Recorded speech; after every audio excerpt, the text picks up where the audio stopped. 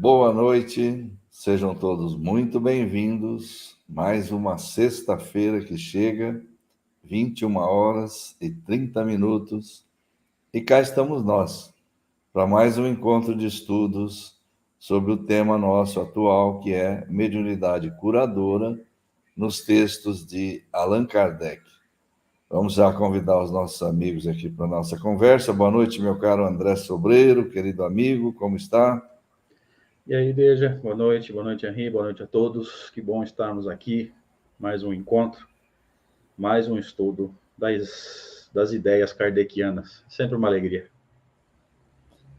Caro amigo, companheiro Henri Neto, o homem de João Pessoa, boa noite, seja bem-vindo.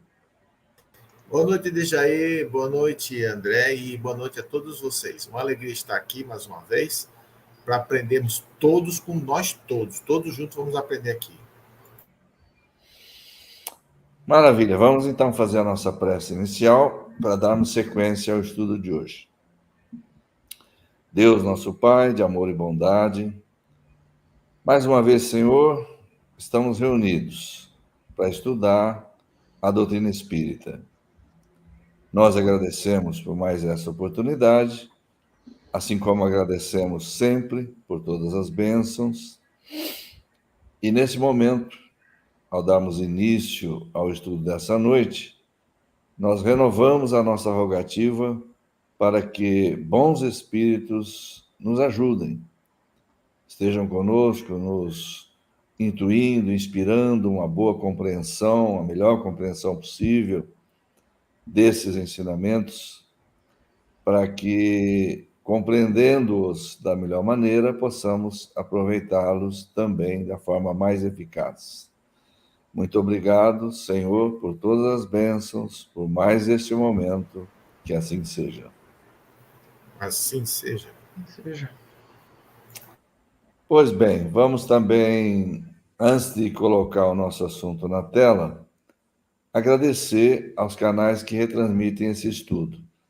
Livraria Espírita Rio Preto e Centro Espírita Dona Rosa, canais de YouTube.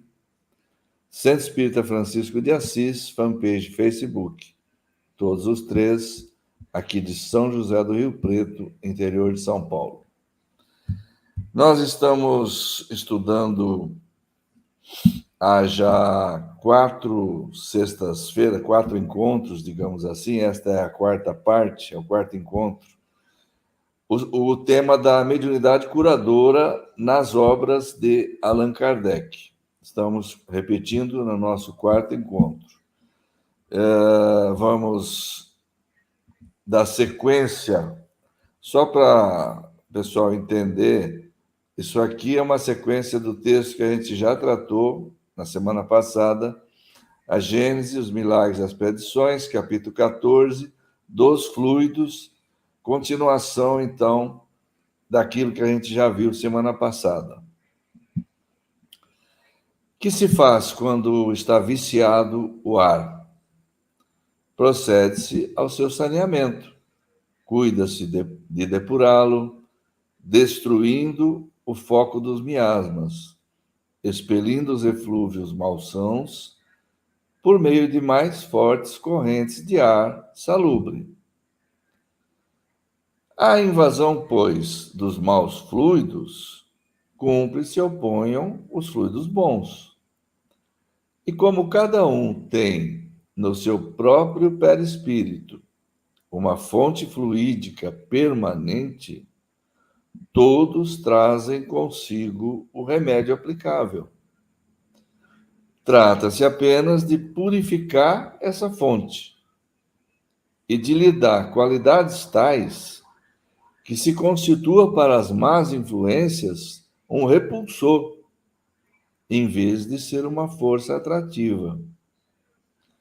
O perispírito, portanto, é uma couraça a que se deve dar a melhor têmpera possível.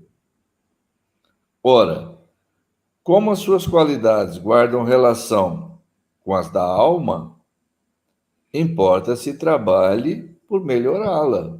Melhorar quem? A alma.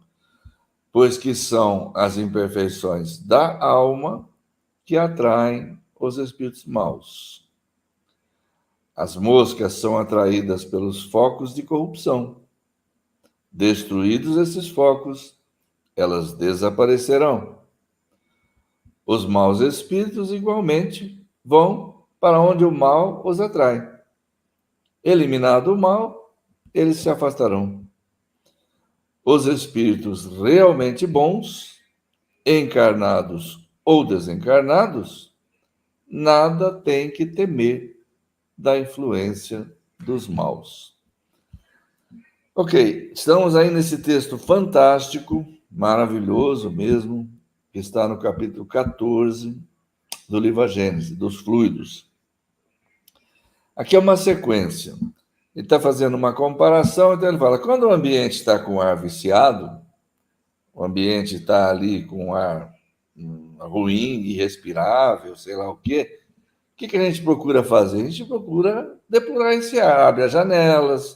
O que a gente vai fazer? Vamos abrir janelas, tentar fazer com que entre uma corrente de ar puro. Enfim, vamos fazer o que a gente puder para melhorar o ar ali do ambiente. E quando se trata de maus fluidos, é algo semelhante, é a comparação que ele faz. Diante da invasão dos maus fluidos, o que é preciso fazer? Opor a eles fluidos bons. E como é que faz isso? Ora, todos nós temos o nosso perispírito. Como está dito aí no texto, o perispírito é uma fonte fluídica permanente, que está permanentemente também irradiando. E ele vai irradiar um fluido que terá a qualidade que nós estamos dando a ele. De maneira que a qualidade do fluido que nós estamos projetando ao nosso redor é aquela que nós construímos através das qualidades da nossa alma. Porque são os sentimentos habituais, são as qualidades da alma que vão qualificar o fluido. O fluido não tem qualidades sui generis, qualidades próprias. Ele tem aquelas que nós damos a ele, né? Então, já que é assim que funciona, diz o Kardec, nessa parte amarelada aí, já que é assim que funciona, cumpre que nós busquemos sempre, permanentemente, nos tornarmos melhores, cultivarmos, tanto quanto possível, sentimentos melhores, porque dessa forma nós estamos qualificando o nosso perispírito, que irá irradiar fluidos de uma natureza boa. E como acontece que ele faz essa comparação, o perispírito com uma couraça. Se nós conseguimos dar a esta couraça a melhor têmpera possível, ou seja, de uma qualidade fluídica boa, considerando que já foi lido no texto anterior, que aqui é só uma continuação, que os fluidos semelhantes se atraem e os diferentes se repelem, se nós temos uma fonte fluídica e nós a qualificamos de forma boa, o que vai acontecer? Ela não vai ser uma fonte atrativa para o mau fluido, ela vai ser um repelente para o mau fluido. Então, se nós melhoramos as nossas qualidades pessoais, as qualidades da alma, nós tendemos a melhorar a qualificação dos fluidos que estamos irradiando ao nosso redor e, dessa forma, melhorando isso, o mau fluido que poderia nos atingir não fará isso. Eu vou passar já logo, passei mais delonga para o André comentar também. Vamos lá. Aqui nesse primeiro momento, gente, ele está falando do processo que, salvo engano, semana passada, é que a gente acaba fazendo tanto estudo que a gente não sabe se falou na quarta, se falou na sexta, se falou na quinta, que eu fiz o Céu e o Inferno ontem. Ele está falando do processo de autocura. Da transformação da própria alma, né, da mudança do padrão de pensamento, de sentimentos, para a renovação do perispírito. E, posteriormente, vai acontecer, não digo a cura, mas pelo menos a melhora do quadro fisiológico, né? Porque mente sã, corpo sadio, já dizia o ditado, né? Então, aqui ele está falando ainda do processo de renovação íntima. Ele não está falando da ajuda que pode vir e vem, por exemplo, no momento do passe, no momento em que nós recebemos uma prece de alguém, é óbvio que o fluido bom da prece, do passe advindo, vai, muito provavelmente, causar um alívio, né? Mas aqui ele fala do processo de autorrenovação, do esforço próprio do ser em alterar o seu padrão de pensamento e, por consequência direta, alterar o tipo de fluido que o envolve, que constitui o seu perispírito. Então, o pensamento é causa. O tipo de fluido que está ali no perispírito é efeito. A gente não pode confundir as coisas, tá? Aí, num outro momento, né, o perispírito pode ser chamado de causa e o problema fisiológico decorrente do desequilíbrio emocional pode ser chamado de efeito, mas isso não vem ao caso agora. O que está sendo estudado é a emissão de fluido. É o ser pensante que, de acordo com o que ele pensa, com o que ele sente, com o tipo de fluido que ele transforma para o bem ou para o mal, dependendo do que ele pensa, vai inundar o seu perispírito com essa qualidade fluídica. Tá? Por enquanto, nós estamos discutindo aqui o processo que cada um de nós pode fazer por si mesmo, ainda, vamos dizer assim, didaticamente isolado de uma ajuda que possa vir de fora. Ok, Henri. E esse processo de autocura, como o André falou, ele tem muito a ver com o padrão de pensamento. A gente não pode esquecer que o espírito, né, ele, por definição, do próprio livro dos Espíritos, é o princípio inteligente do universo. Então, os atributos do espírito, a inteligência, o pensamento e a vontade, são fundamentais para a gente entender que quando nós estamos encarnados, nós, almas, somos espíritos também. Muita gente esquece disso. Ou seja, aqui esse texto está dizendo o seguinte: você é capaz de mudar o que você está passando. Basta mudar o padrão dos pensamentos. Só que a maioria das pessoas não pensam desse jeito, e principalmente os místicos, os religiosos, que dizem o seguinte: meu Deus, eu fui castigado por Deus, eu nasci, só as coisas só dão. Quer dizer, nunca é culpa da pessoa, a culpa fica fora da pessoa. Mas se você perceber tudo direitinho, e no live passado, André falou uma coisa muito, muito interessante, da psicanálise, você fazer um estudo introspectivo para você ver os seus defeitos, os seus vícios, as suas qualidades, mas ninguém quer fazer isso. Porque é mais fácil você colocar a culpa fora, ou em Deus, ou Deus vai me salvar, Jesus vai me salvar. Quer dizer, não, quem vai salvar você é você. O espiritismo é uma doutrina que não é fácil. As pessoas não conseguem entender que nós temos muita responsabilidade sobre tudo que nós fazemos. Geramos consequências naturais em tudo o que fazemos.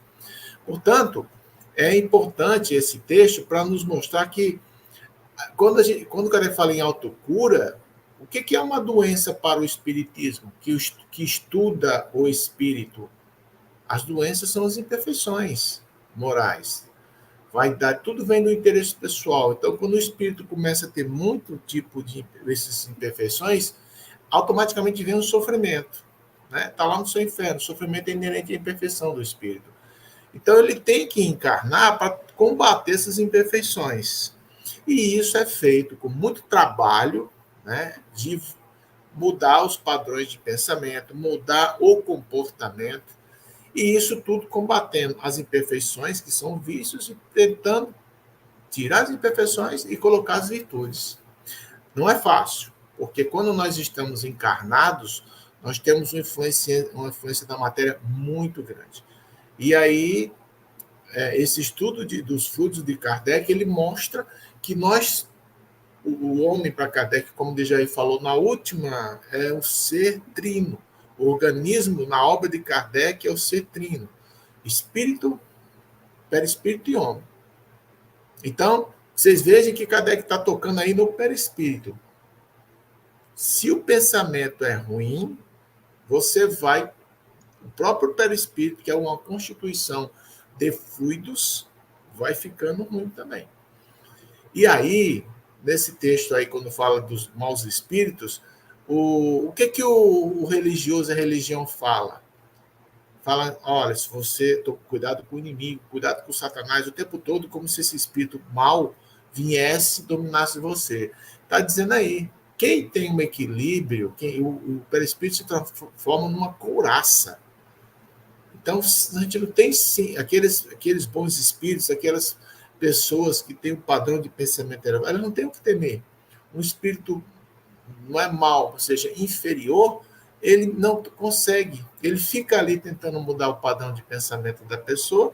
Quando ele percebe que a pessoa não muda, ele sai porque ele não tem muita paciência, que é uma imperfeição, né?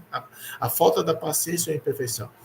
E vocês veem que não existe mágica, é muito simples e objetivo entender isso e que tudo depende de nós. Ok. Vamos. André, mais algum comentário ou posso seguir? Pode seguir. Pode ficar com você esse? Pode. Então vamos lá, mesmo capítulo, mesmo livro, né? A Gênese, capítulo 14, dos fluidos, subtítulo Curas, item 31. Como se há visto, o fluido universal é o elemento primitivo do corpo carnal e do perispírito, os quais são simples transformações dele. Pela identidade de sua natureza, esse fluido condensado no perispírito pode fornecer princípios reparadores ao corpo. O espírito encarnado ou desencarnado é o agente propulsor que infiltra num corpo deteriorado uma parte da substância do seu envoltório fluídico. Veja. Parte do esforço da alma, né, do espírito, do ser pensante, injetar o fluido, né? Dar impulso ao fluido pelo pensamento. A cura se opera mediante a substituição de uma molécula malsã por uma molécula sã. O poder curativo estará, pois, na razão direta da pureza da substância inoculada, mas depende também da energia da vontade que, quanto maior for, tanto mais abundante emissão fluídica provocará e tanto maior força de penetração dará ao fluido.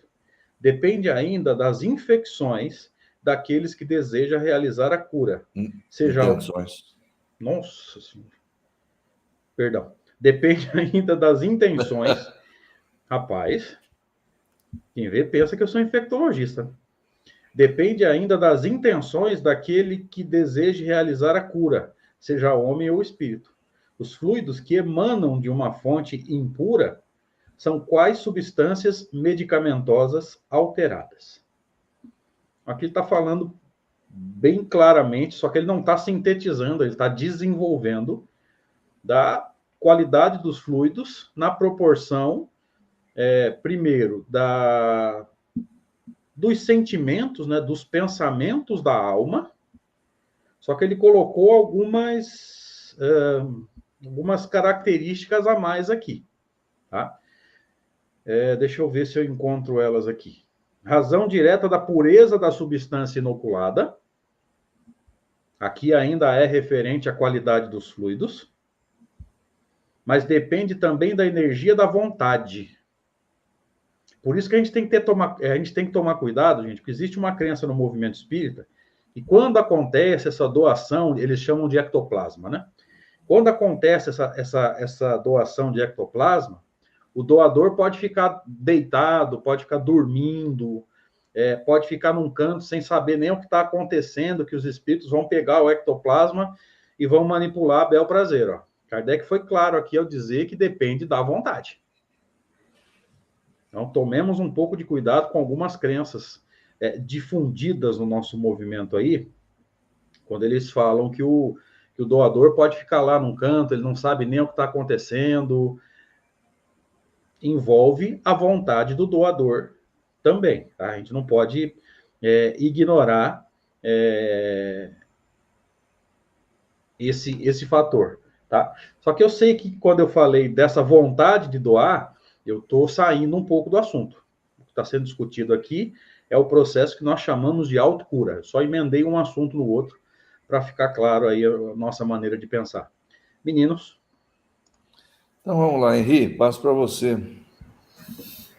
Aqui Kardec, a gente está vendo Kardec, né, que estudou bastante o magnetismo, tratar com muito mais profundidade esse sistema da cura. Como o André bem falou, existe uma certa crença mística no movimento espírita e o pessoal chama de ectoplasma. Mal sabem eles que o ectoplasma não é uma palavra espírita, foi uma descoberta e uma patente do Charles Richer, que era um fisiologista francês e não acreditava em espírito. Então, para quem fala em ectoplasma, não acha que é espírito, acha que é o corpo, é do corpo, tá?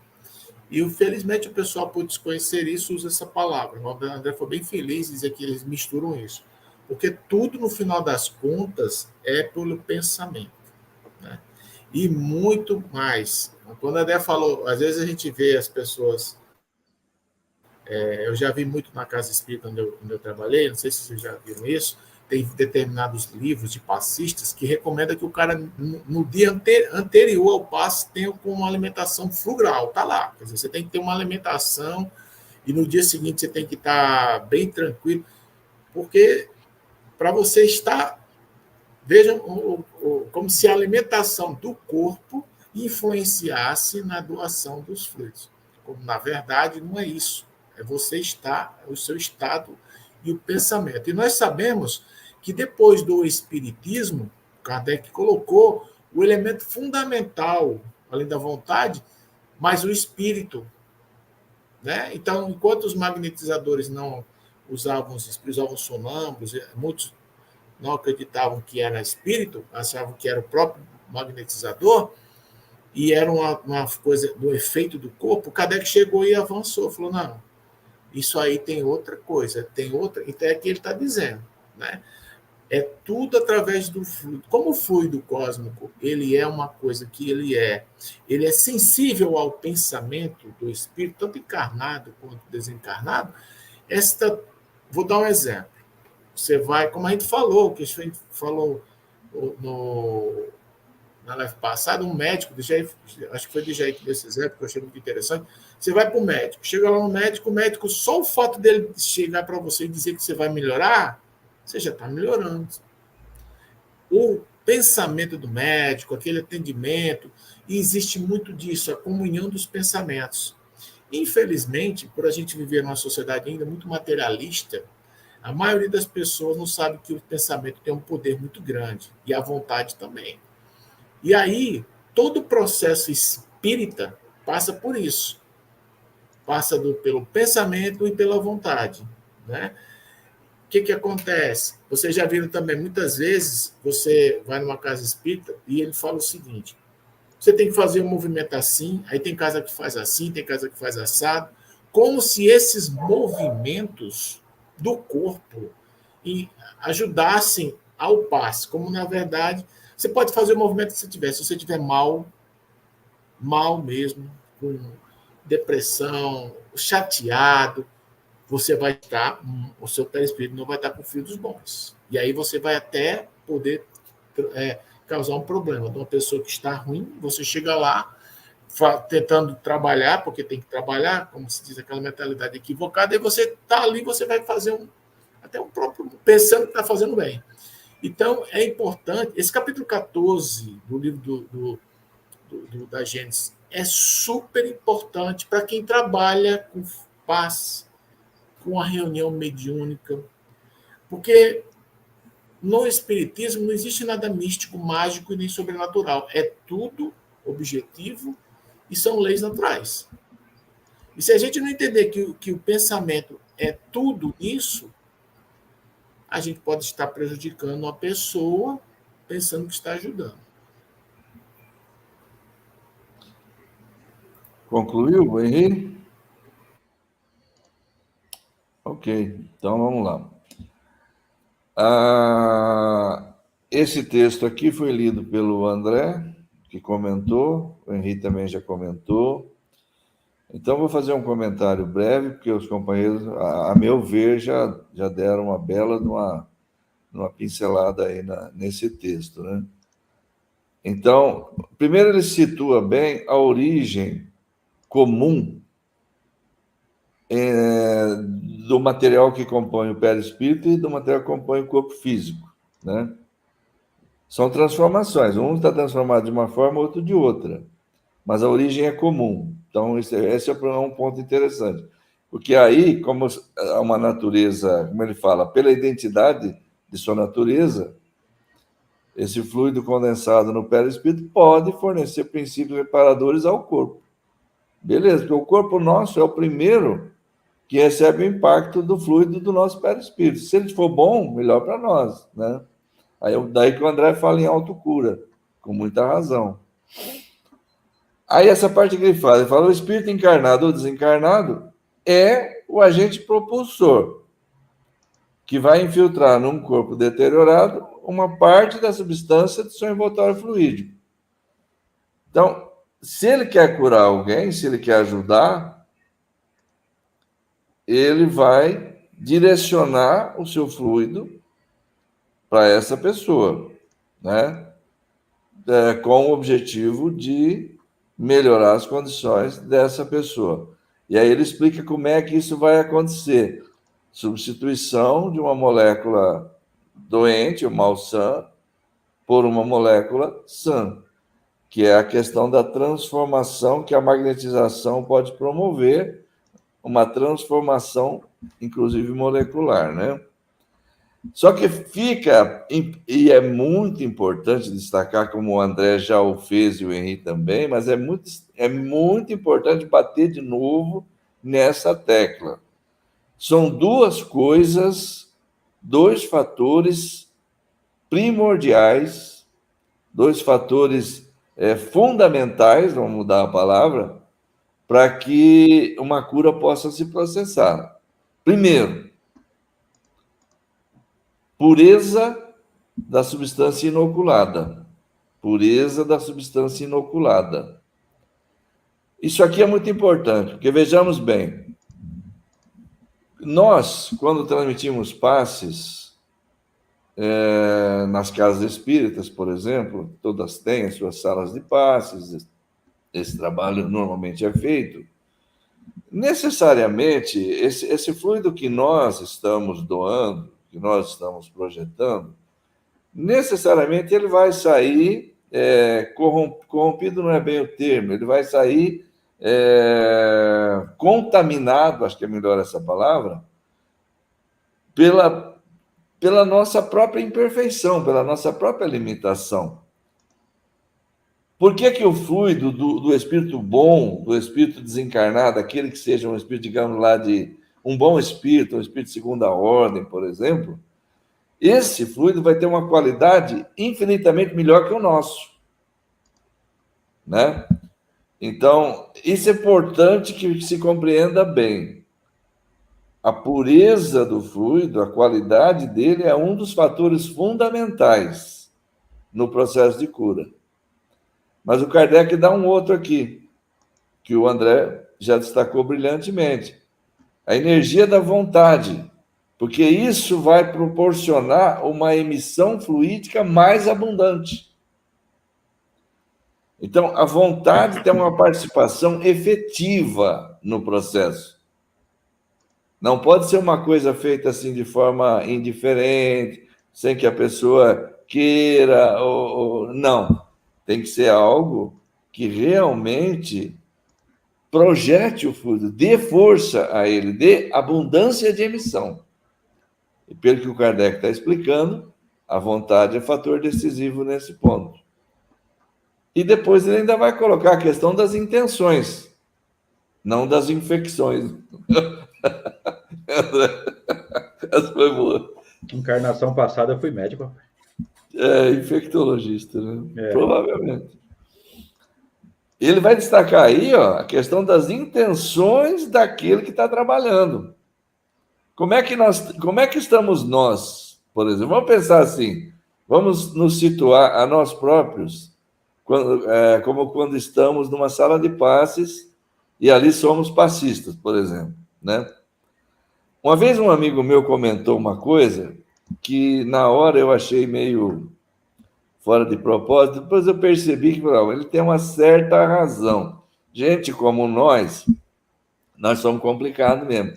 Ele falou assim, eu quando vou transmitir passe, que troca a turma, saiu uma turma, entra uma turma nova para receber passe, e eu estou ali, eu procuro ficar de olho fechado, para eu não ver quem sentou na minha frente ou quem entrou na sala, porque se eventualmente eu tiver alguma coisa contra essa pessoa, for uma pessoa de quem eu não gosto, ou alguma coisa assim, para isso não me atrapalhar.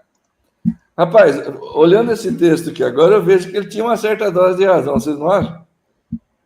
Com certeza. E por que a gente se confunde nisso, né, Deja? Porque a gente pensa assim, não, eu não deveria não gostar do fulano, ou da fulana que sentou na cadeira. É por isso que a gente se embanana. Realmente, a gente não deveria, mas naquele momento existe um sentimento contrário, vamos dizer assim. E aí, em cima do teu comentário do que eu estou falando, eu já vou trazer uma contribuição para a Luísa aqui, ó. Por qual razão o médium consegue auxiliar um e outros não? Seria merecimento? O que vai acontecer nesse caso, Deja, né, o passista não gostar da pessoa que vai receber o passe, e aí já ajudando a Luísa, é aquilo que Kardec chama de repulsão dos fluidos. Também. Se eu não gosto da pessoa, fatalmente eu não vou conseguir transmitir o melhor fluido que eu tenho. Porque nós somos espíritos de terceira ordem. A gente não venha me dizer que naquela hora ali, só porque você está numa câmera de passe, você consegue esquecer todas as suas diferenças, todos os seus melindres, todas as suas dificuldades. Conversa. Como o Fábio costuma falar, todo mundo com uma pose de Santa Isildinha, né? Sempre a mesma história, né? Então,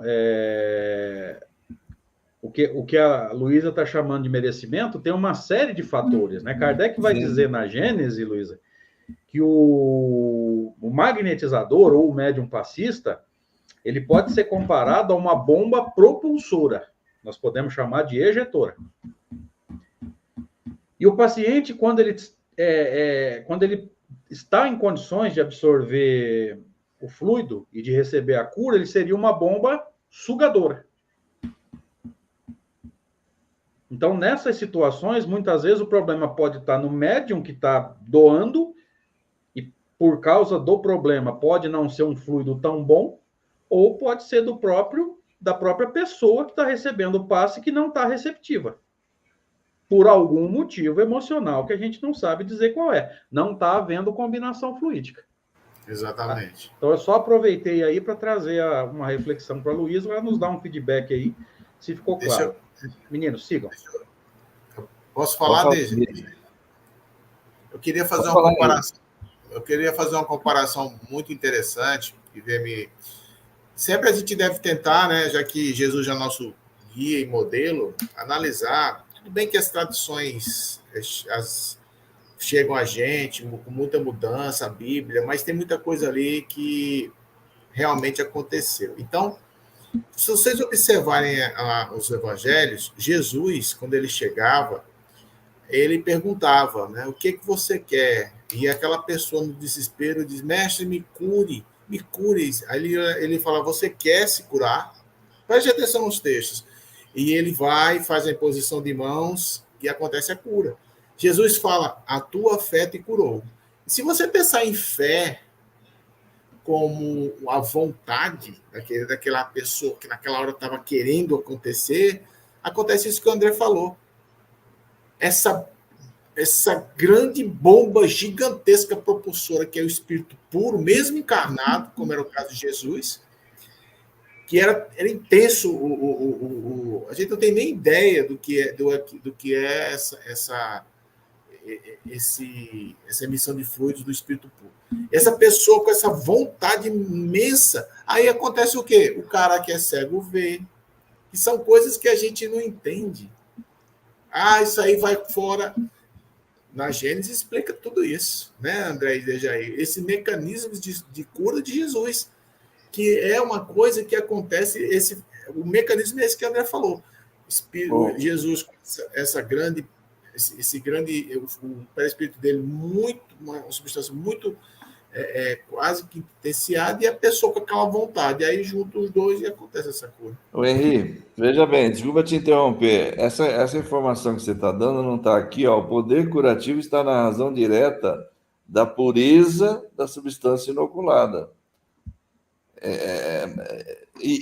Às vezes, aqui está escrito, depende também da energia da vontade daquele que está cedendo o fluido, digamos assim, né?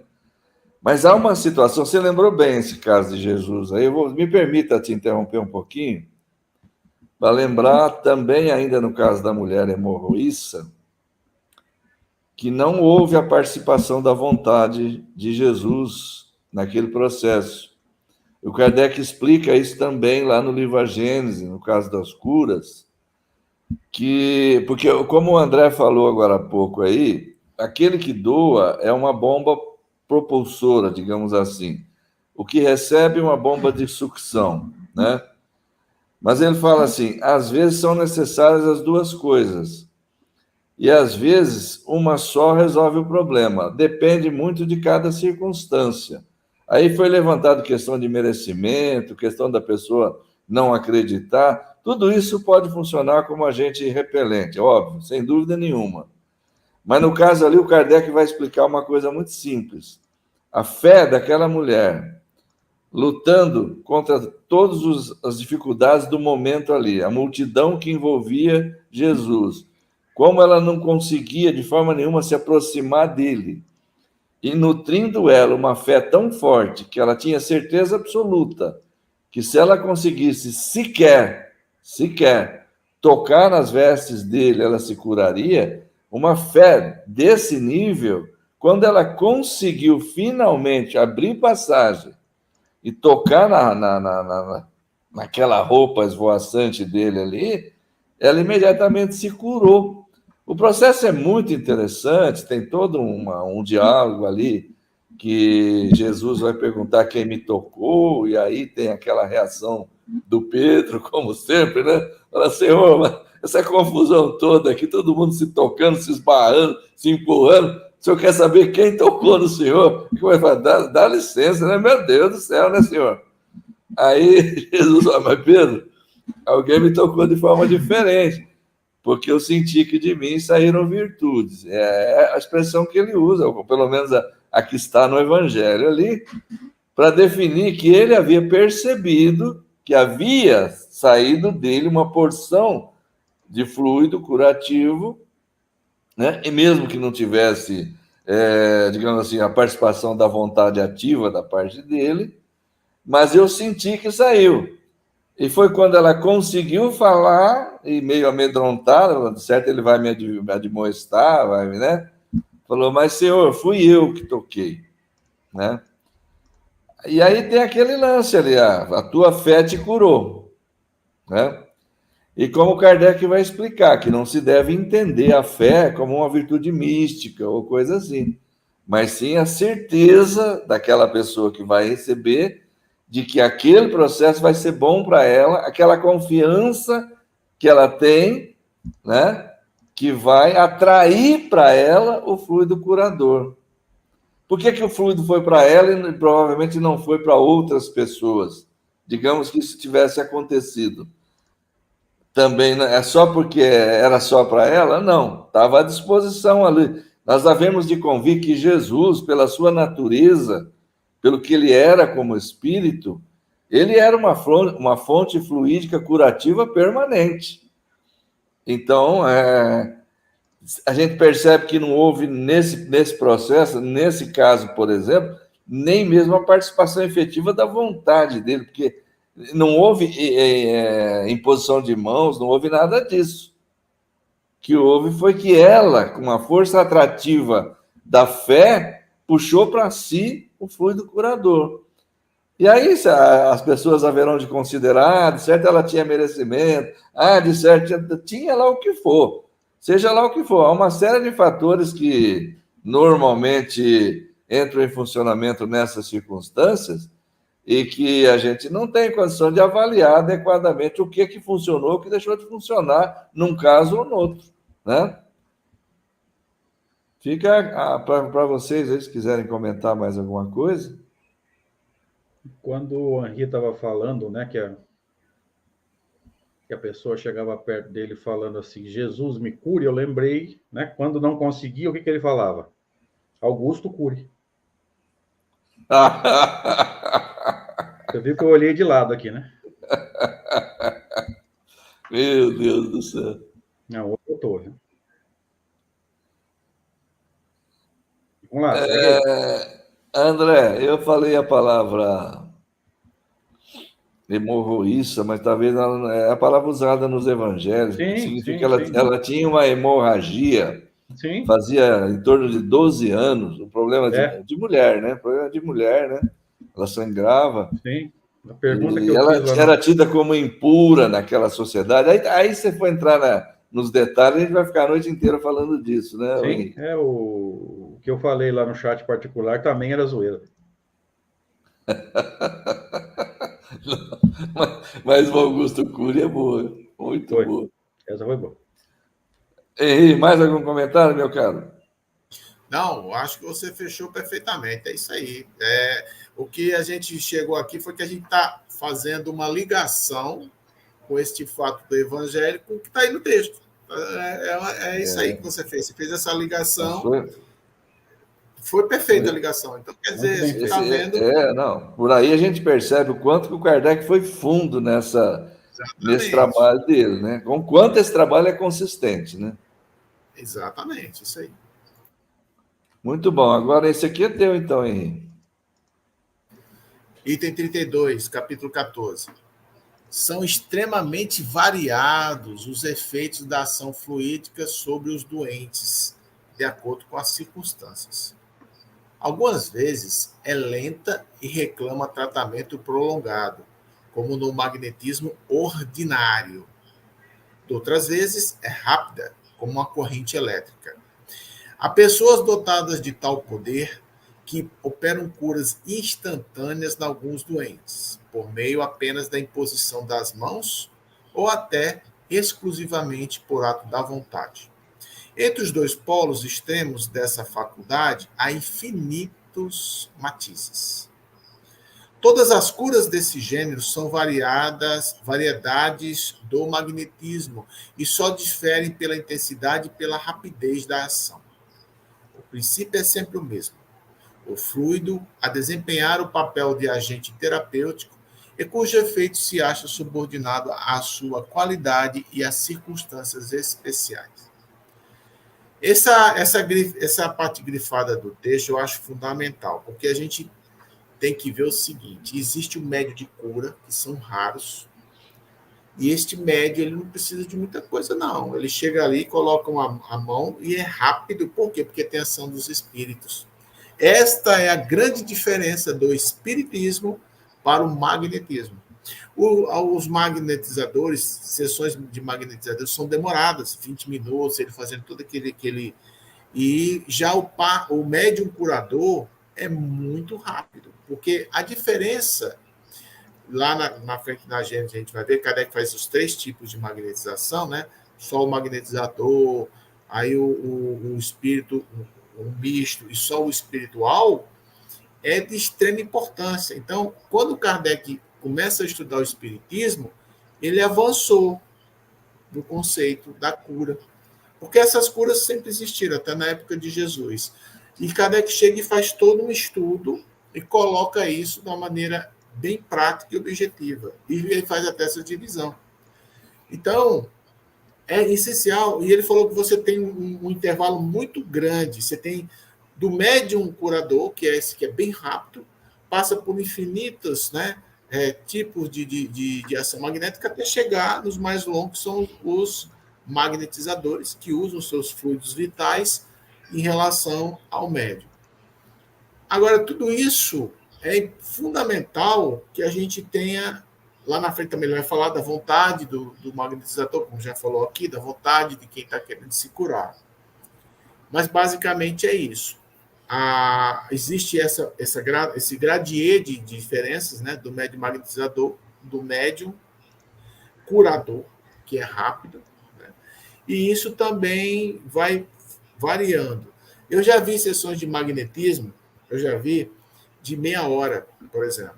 E eu vou dar só um exemplo que está na Revista Espírita, para ilustrar isso aqui, para deixar vocês falarem. É no caso da senhorita Julie, que existia o grupo curador de Marmande, que foi quem curou a menina. Eles já tinham feito várias e várias padres, exorcistas, chamaram médicos e não tinha sido feito.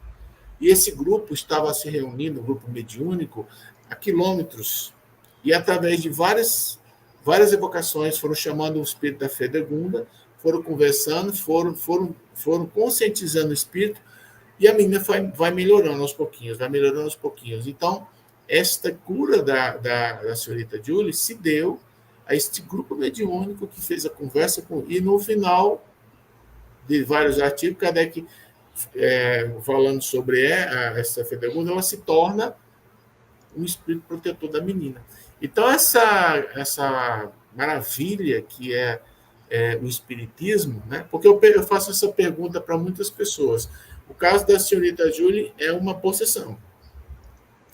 Então, quem é que teria condição de curar uma situação dessa? A medicina acha que não existe espírito, que é os exorcistas, a única que eu conheço, não sei se tem a protestante, mas existe uma ordem dentro da Igreja Católica que são os exorcistas, são os padres que...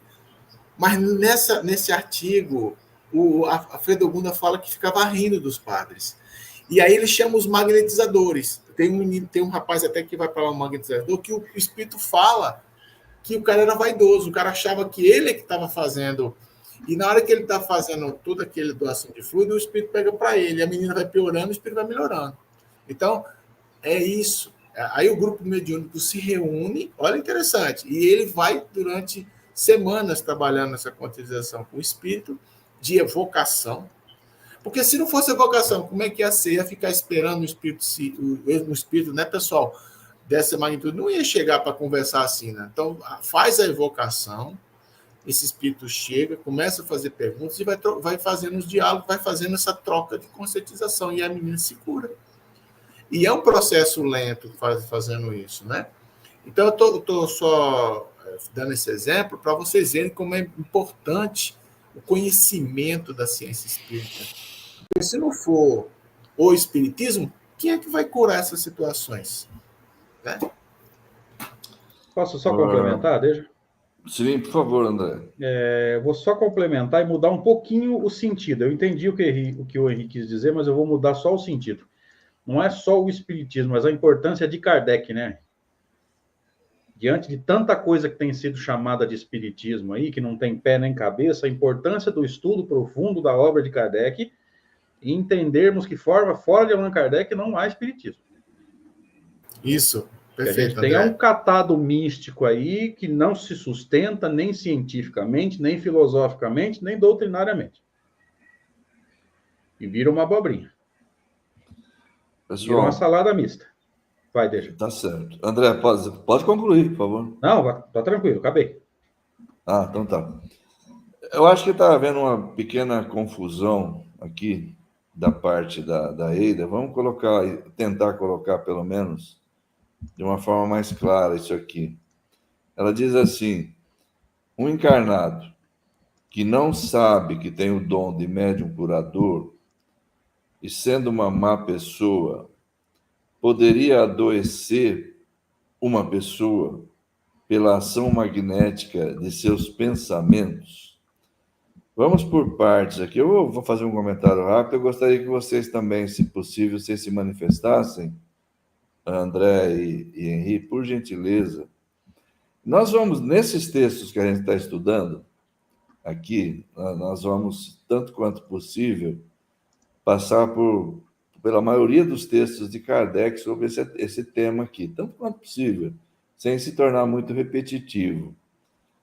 Uma das coisas que nós vamos encontrar mais adiante nesses textos é o Kardec recomendando que as pessoas não se submetam à magnetização ou tomar passe, como a gente queira chamar, de qualquer pessoa, em qualquer lugar.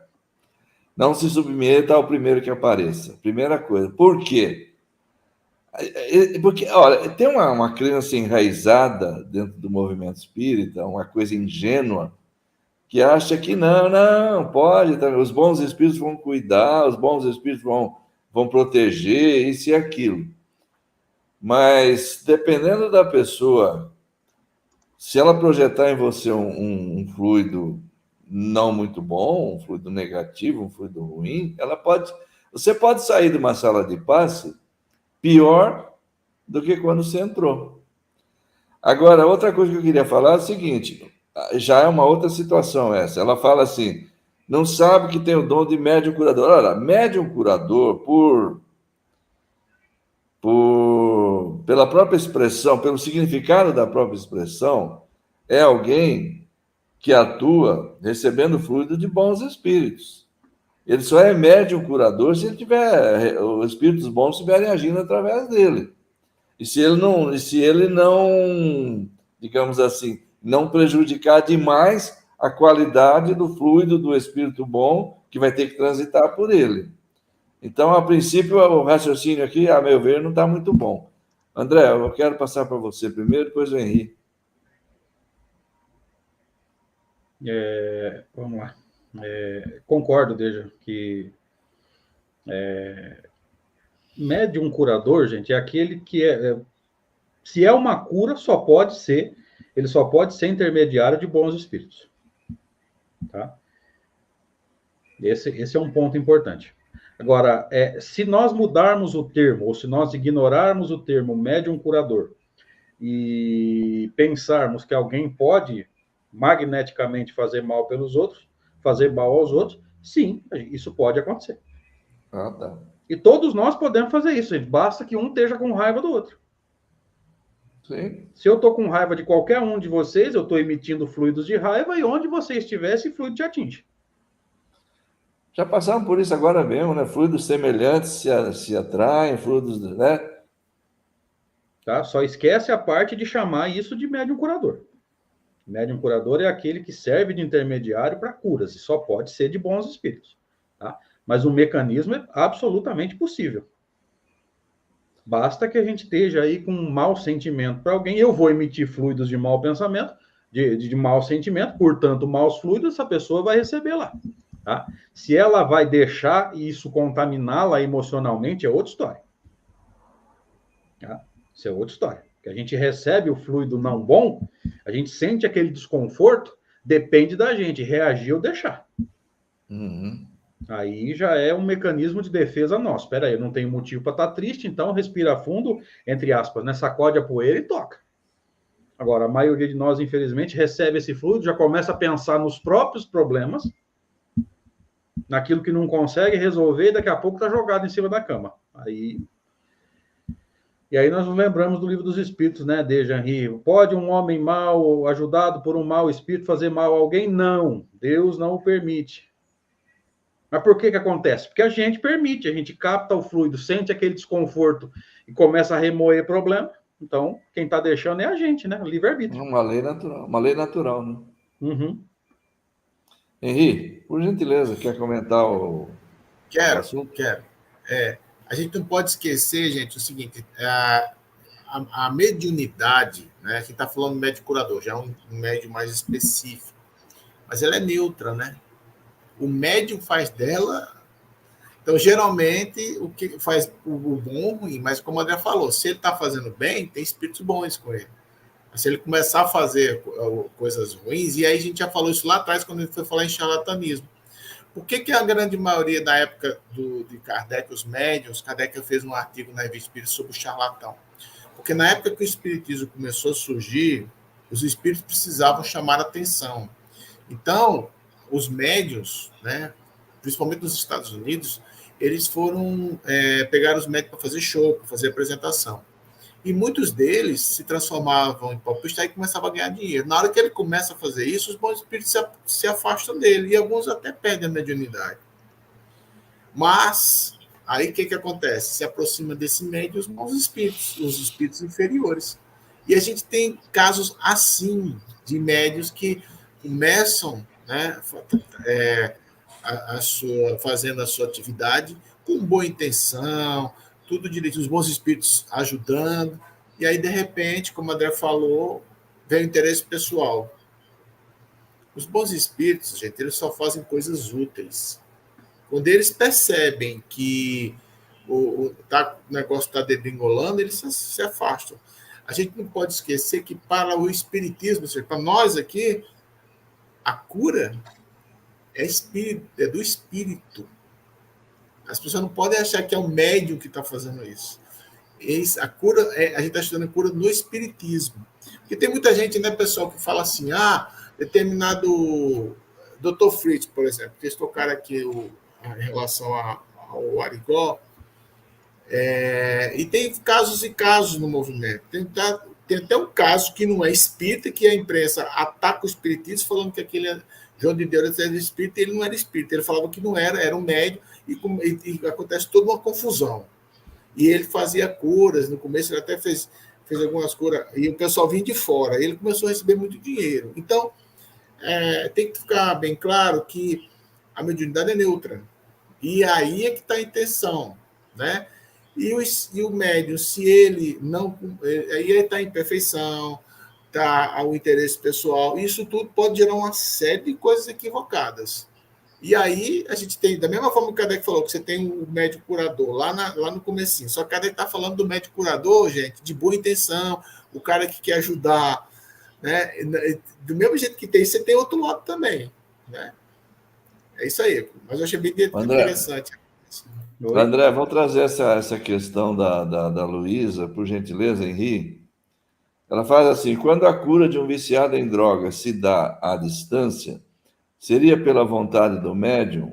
Como se dá a cura? André, posso começar por você? Eu acho que esse assunto é bom. Sim, é aquele mecanismo que já foi discutido, né? A gente já comentou várias vezes que para fluido não há distância. Tá? Isso já prova que não é energia, não é correto usar o termo energia, porque para energia pode haver problema com distância e pode haver problema com obstáculos. Então, até chegar lá onde precisaria chegar esse fluido, se fosse energia, sofreria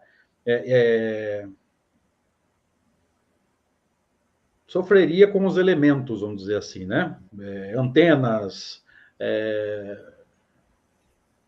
montanhas, árvores, o próprio clima, né? Então, veja, não é energia, é fluido. Tá? Então, para fluido não há distância. Então, a cura à distância acontece? Acontece. Salvo engano, Kardec vai usar o nome de irradiação. Se eu estiver errado, vocês podem me corrigir aí. Mas ele usou, se eu não me engano, ele usou esse termo algumas vezes. Como é que se dá? Tudo que nós discutimos até agora, Luísa. Tá? Chega lá um fluido bom. Se você está orando, os bons espíritos lá estarão para ajudar o viciado. Não vai faltar ajuda fluídica. E o que acontece num primeiro momento? Como pode haver uma mudança sentimental, de emoções, um apaziguamento das emoções naquele momento, o perispírito dele se altera, as companhias espirituais que estavam perturbando ele perdem força nessa ação. Por quê? Porque já diminuiu a combinação fluídica. Então, veja, para fluido não há distância, os bons espíritos lá estarão, porque o perispírito é fluido e para ele também não há distância. Magnetizando com a ajuda de um encarnado, pode haver um alívio fluídico ali. Havendo o alívio fluídico, pode haver o alívio emocional. As entidades que ali estavam fazendo estrago perdem a simpatia. Ou seja, eu já não sou mais simpático a elas, eles perdem força sobre mim. Tá? Agora, se houve uma cura de verdade, pode ter certeza que tudo isso aconteceu, somado ao mais importante dos fatores, que é o viciado querer se curar. Se não, meu filho, você pode mandar quem for lá em termos de espírito, você pode mandar o melhor médium de cura que você já ouviu falar. Se o doente, no caso, né, do viciado, não quiser se curar, esquece. Tá? Então, o mecanismo basicamente é esse. Deixa eu colocar o cabo de energia no computador aqui, gente. Me dá um minutinho. Segue aí. Henri, você quer comentar essa questão? Quero. Luiz, você tocou num ponto muito interessante, que é o viciado de drogas, o alcoolismo, né? Isso aí a gente está falando de vícios, materiais, né? Vício no álcool, e o espiritismo, quando fala em vícios morais que levam a esses vícios, né? Então, é muito importante, inclusive o próprio AA fala isso, que você tem um trabalho de dia por dia. Eu não vou mais beber, não vou mais beber, cada dia é um dia. Então, é um processo lento para você se curar, mas tudo é a vontade da pessoa que está alcoolizada. Não, a partir de agora eu não vou mais beber. E ele vai lutar contra isso. E é exatamente isso que a gente está falando do poder da vontade dela aí. Mas eu queria só aqui enfatizar o que o André falou, que é fundamental, embora ele tenha dito que mudou o sentido, mas ele não mudou, não. É exatamente isso, André. Fora de Kardec não existe espiritismo, como ele falou. Por que é importante a gente enfatizar isso?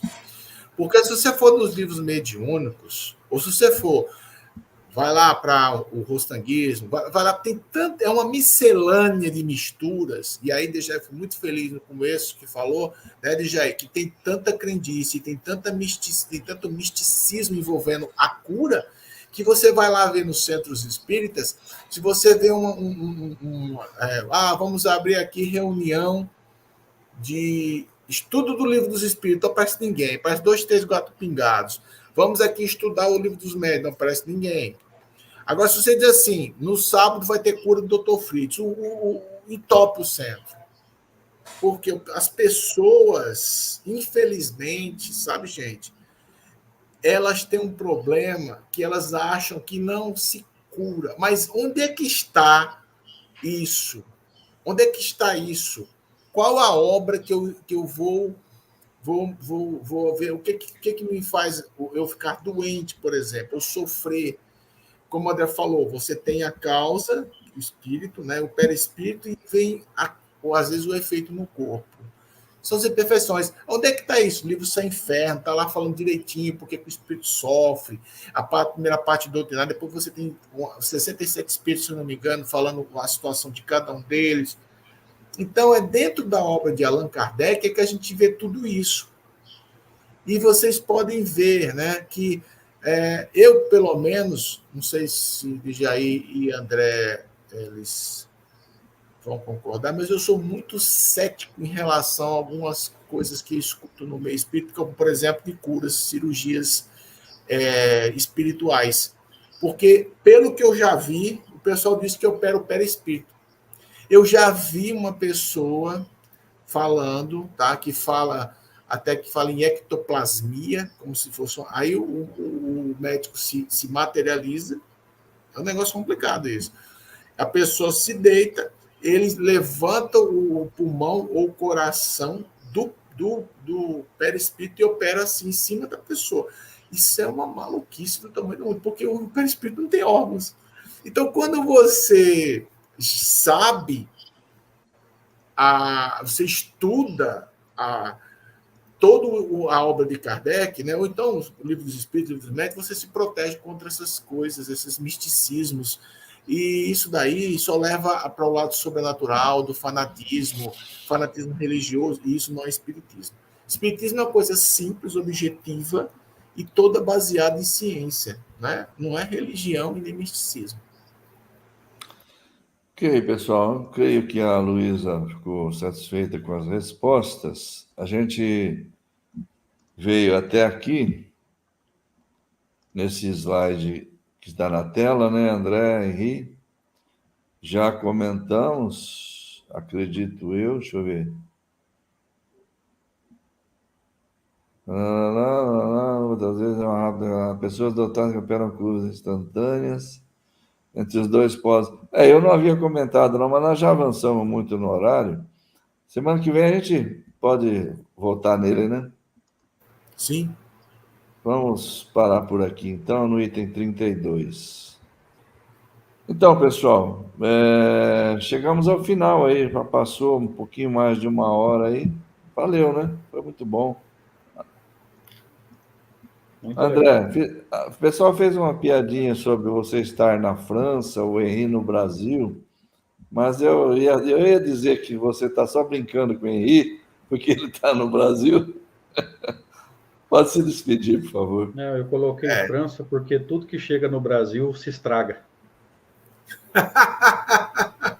Tudo que chega no Brasil. Você quer se manter, então, né? Se Martim Lutero tivesse feito a reforma protestante aqui, tinha ficado pior do que está. Vamos lá. Obrigado, gente. Obrigado pela companhia aí, Henri e Deja. Obrigado aos amigos que estiveram conosco. Mais uma noite muito agradável de aprendizado, de troca de ideias, de reflexões e, acima de tudo, de Allan Kardec. Um abraço. Henri Neto, meu caro, você está no Brasil, então vamos lá. Tô. Meu pai era apaixonado pela França. Né? Vivo ainda. E ele queria homenagear meu avô, que é Henrique, mas aí ele não quis, que estava brigado com meu avô no meu nascimento, botou Henri, que é Henrique em francês. Mas eu sou fã da França e queria estar no lugar de André. Um abraço a todos e até mais, pessoal. Muito obrigado. Até mais. Maravilha. Obrigado, André, Henri. Abraço. Um encontro muito bom, sempre muito bom estarmos aqui juntos, discutindo, conversando sobre a doutrina espírita. Obrigado a todos os amigos aí que participam conosco, costumeiramente. Obrigado pela atenção, pelo carinho. Bom fim de semana a todos. Para aqueles que estiverem conosco na quarta-feira, até lá, quando estaremos aí, André, Fábio e eu, com o Livro dos Médiuns. Se não, até a próxima sexta, com Henri Neto junto com a gente aqui. Grande abraço a todos, que Deus esteja conosco.